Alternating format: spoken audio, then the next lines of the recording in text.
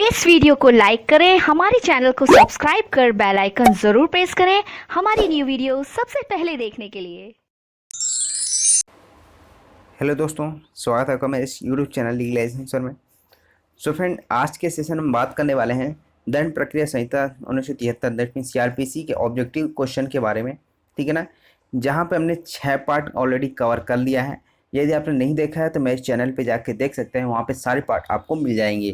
ठीक है ना, और साथ ही साथ आपको सीपीसी के लेक्चर, एविडेंस के लेक्चर, प्रॉपर्टी एक्ट के लेक्चर अभी चल रहे हैं। ठीक है ना, सारे लेक्चर आप कवर कर सकते हैं। तो चलिए स्टार्ट करते हैं आज का सेशन। तो सबसे पहले बात करें, यदि आपको मेरे चैनल से रिलेटेड कोई डाउट आता है तो इस इंस्टाग्राम अकाउंट पर मैसेज कर सकते हैं। उसके बाद चलिए स्टार्ट करते हैं आज का सेशन। तो हमारा पहला क्वेश्चन है, विधि विरुद्ध जमाव को तितर बितर करने का समादेश कौन दे सकता है? ठीक है ना, कार्यपालक मजिस्ट्रेट, न्यायिक मजिस्ट्रेट, कोई थानेदार, या फिर ए और बी दोनों। यहाँ पे इसका सही आंसर क्या होगा कि डी नंबर, ए और बी दोनों, अर्थात कार्यपालक मजिस्ट्रेट भी दे सकता है और न्यायिक मजिस्ट्रेट भी दे सकता है। अर्थात कोई विधि विरुद्ध जमाव किया जा रहा है, उसको अलग करने के लिए, समाप्त करने के लिए आदेश दिया जा सकता है कार्यपालक और न्यायिक दोनों के द्वारा।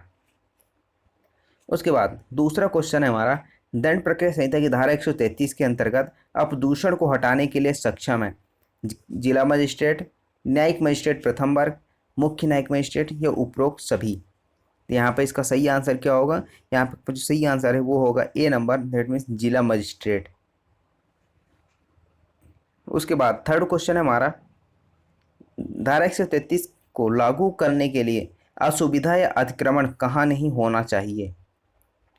जनता के अधिकारों पर, लोक स्थान पर, निजी स्थान पर और निजी व्यक्तियों पर, उपरोक्त सभी पर। तो यहाँ पे इसका सही आंसर क्या होगा? सी नंबर, जो निजी स्थान पर है या निजी व्यक्तियों पर है वहाँ पर यह धारा 133 लागू नहीं होती है। ठीक है ना, तो जो यहाँ पे पब्लिक न्यूसेंस के बारे में बताया गया है, जो आईपीसी सेक्शन 268 में बताया गया है और 290 और 291 में उसकी पनिशमेंट बताई गई है। ठीक है ना, तो वहाँ पर इसका प्रोसीजर बता दिया गया है।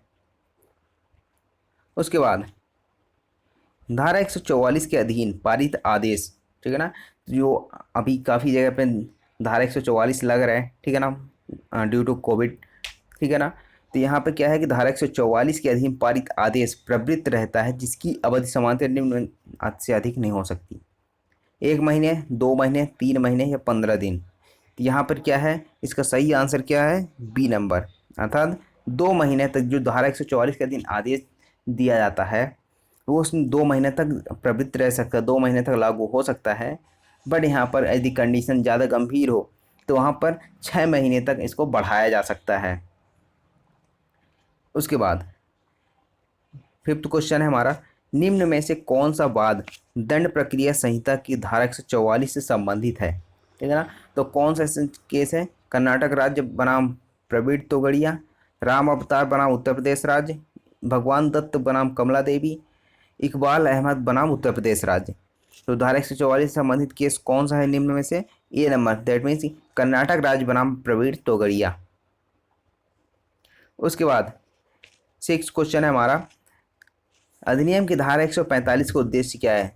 जो सीआरपीसी की धारा 145 है उसका मेन पर्पस क्या है कि परिशांति भंग होने से रोकना, संपत्ति से संबंधित विवाद का अंतिम निपटारा, स्वामित्व के प्रश्न का निपटारा या उपरोक्त में से कोई नहीं। तो यहाँ पे इसका सही आंसर क्या होगा? ए नंबर, दैट मीन्स कि परिशांति भंग होने से रोकना सेक्शन 145 का इसका मेन पर्पस है।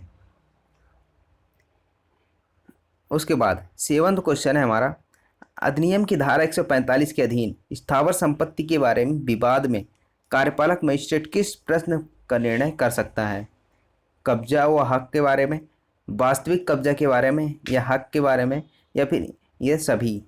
यहाँ पे इसका सही आंसर क्या होगा? बी नंबर, दैट मीन्स कि वास्तविक कब्जा के बारे में निर्णय कर सकता है कौन? कार्यपालक मजिस्ट्रेट। यहाँ पे कार्यपालक मजिस्ट्रेट को पावर दी गई है।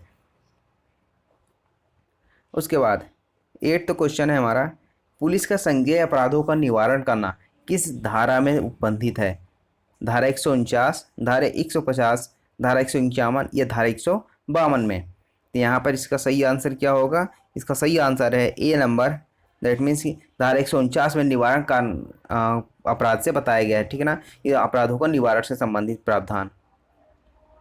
उसके बाद प्रथम सूचना रिपोर्ट दैट मीन्स FIR संज्ञेय अथवा असंज्ञेय अपराध से संबंधित है, मजिस्ट्रेट अथवा पुलिस अधिकारी को दी जाती है।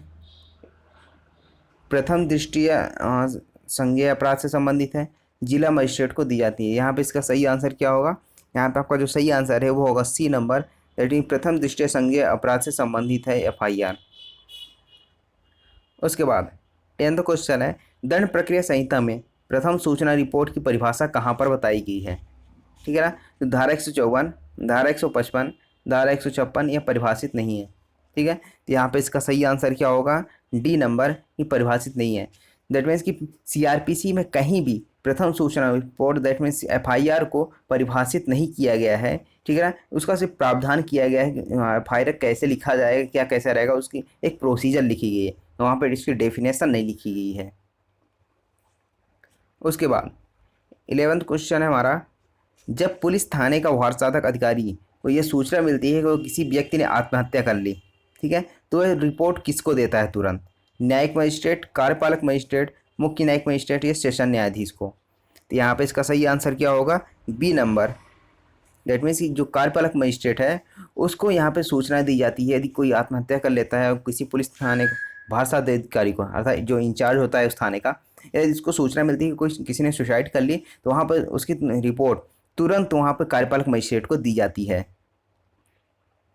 उसके बाद 12th क्वेश्चन है हमारा, संज्ञेय अपराध की प्रथम इत्तिला लिखने से थाना प्रभारी इंकार कर देता है, पीड़ित व्यक्ति प्रथम इत्तिला रिपोर्ट दर्ज कराएगा कहाँ पर? मजिस्ट्रेट को, जिलाधिकारी को, डाक द्वारा पुलिस अधीक्षक को या उच्च न्यायालय को? तो यहाँ पे इसका सही आंसर क्या होगा? इसका सही आंसर है C नंबर, दैट मीन डाक द्वारा पुलिस अधीक्षक को। यदि किसी पुलिस के द्वारा, ठीक है ना, थाने प्रभारी के द्वारा यदि FIR लिखने से मना कर दिया जाता है तो आप वहाँ पर पुलिस अधीक्षक के पास, ठीक है ना, वहाँ पे जा सकते हैं, SP के पास, डाक के द्वारा वहाँ पे रिपोर्ट लिखवा सकते हैं। उसके बाद 13th क्वेश्चन है, यदि किसी मामले में जिसके बारे में प्रथम सूचना रिपोर्ट दर्ज कराई गई है का एक अपराध संज्ञेय है और दूसरा अपराध असंज्ञेय है, तो पूरा मामला कैसा माना जाएगा? ठीक है ना, अब मान लीजिए जो अपराध किया गया है वो 2 धाराओं में किया गया है, ठीक है ना, और जो 2 धाराएं लगाई गई हैं, एक क्या है? संज्ञेय अपराध है और दूसरा क्या है? असंज्ञेय अपराध है। तो वहाँ पर जो इसको प्रोसीजर है वो कैसा चलेगा, कैसा माना जाएगा? संज्ञेय असंज्ञेय, यह देखना होगा कि वारंट मामला है या नहीं, या फिर यह देखना होगा कि समन मामला है या नहीं? तो यहाँ पे इसका सही आंसर क्या होगा? इसका सही आंसर है A नंबर, कि वो संज्ञेय अपराध माना जाएगा। उसके बाद 14th क्वेश्चन है, इस अधिनियम के अंतर्गत दैट मीन CRPC के अंतर्गत बलात्कार की पीड़िता द्वारा बलात्कार की सूचना देने पर कौन लेखबद्ध करेगा?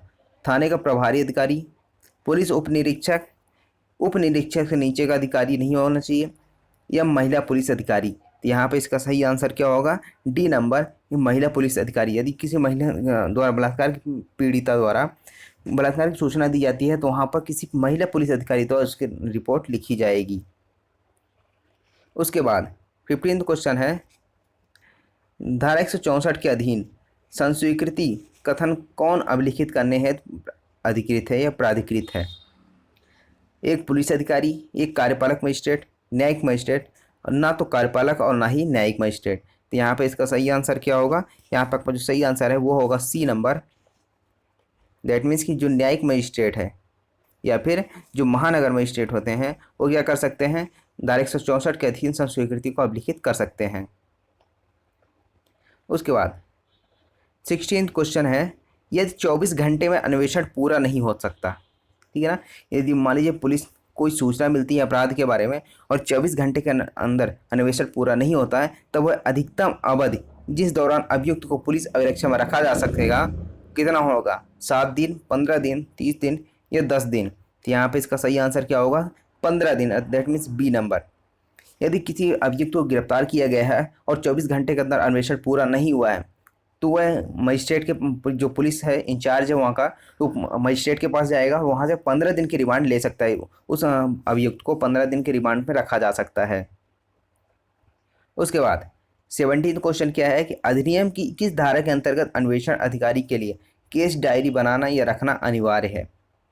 तो यह कौन सी धारा में बताया गया है? धारा 169, धारा 170, धारा 172 या धारा 174? तो यहाँ पे इसका सही आंसर क्या होगा, सी नंबर। दैट मीन्स कि धारा 172 में बताया गया है कि जो पुलिस अधिकारी है जब वो अन्वेषण करता है तो उसको एक डायरी बनानी होती है, केस डायरी, जिसमें हर चीज़ लिखी होती है, ठीक है ना, कहाँ पर गया है, कैसे एविडेंस प्राप्त हुए, किस साक्ष्य दिया, ये सारी चीज़ें उसको वहाँ उसमें लिखनी होती है। उसके बाद 18 क्वेश्चन क्या है हमारा, मृत्यु समीक्षा रिपोर्ट में, ठीक है ना, जो पोस्टमार्टम रिपोर्ट होती है उसमें अंतर्विष्ट होना आवश्यक है। अभियुक्त का नाम, मृत्यु के प्रकट होने वाले कारण, आयुधों का ब्यौरा, यह घटना का ब्यौरा। तो यहाँ पे इसका सही आंसर क्या होगा, बी नंबर। दैट मीन्स कि मृत्यु के प्रकट होने वाले कारण, उस व्यक्ति की कैसे मृत्यु हुई, ठीक है ना, उसका क्या कारण था, यह उसमें लिखना अति आवश्यक है। किसमें, मृत्यु समीक्षा report, that mean postmortem report में। आई होप आपको ये समझ में आया होगा। यदि आपको समझ में आया तो लाइक करें, शेयर करें, और यदि आप मेरे चैनल पर नए हैं तो सब्सक्राइब करके बेल आइकन प्रेस कर लें ताकि आने वाली वीडियोज़ की नोटिफिकेशन आपको मिलती रहे। Thank you so much for watching legalisation sir.